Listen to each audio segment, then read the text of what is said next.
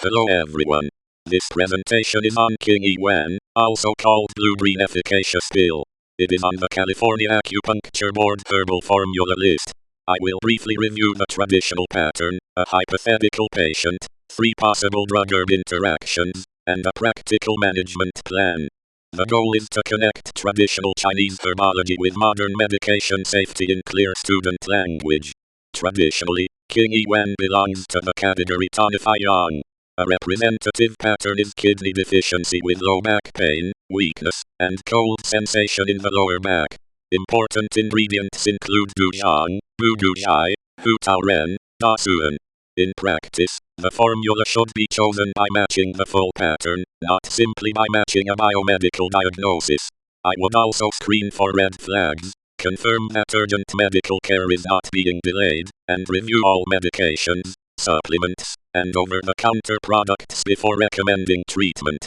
My hypothetical patient is 64-year-old man with chronic low back weakness and cold lower back. The current medicines are lisinopril, metformin, atorvastatin. This case gives a possible reason to consider Qing, but it also creates interaction questions. I would document tongue and pulse findings that support the pattern, confirm the diagnosis, and ask about kidney or liver disease, bleeding history, pregnancy status when relevant, and prior reactions to herbs or supplements. Medication reconciliation is essential because many clinically important interactions come from the combined physiologic effect of herbs and pharmaceuticals. Interaction 1 is Dujiang plus lisinopril. The mechanism is that eukamia may contribute additional blood pressure lowering effects. The clinical significance is usually low to moderate. My management plan is monitor blood pressure when starting therapy.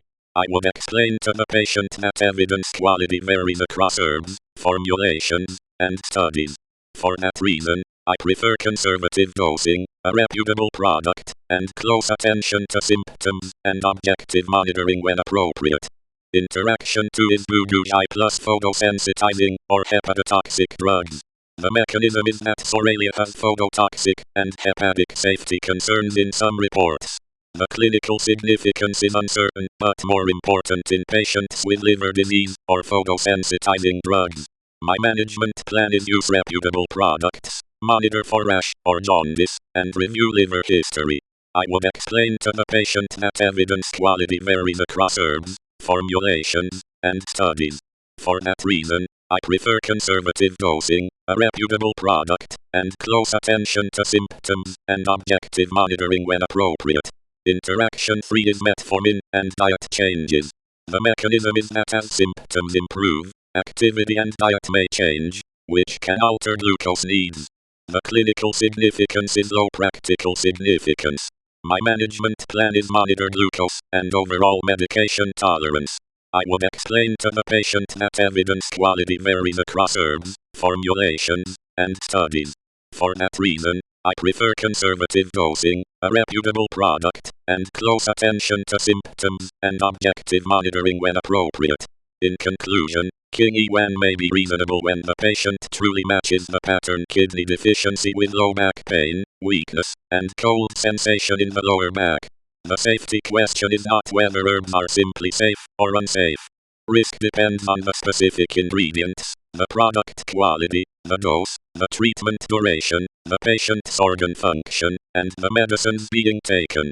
I would start conservatively, monitor the most relevant objective values, and communicate with the patient's physician and pharmacist. This presentation is educational and does not replace individualized medical care. Thank you.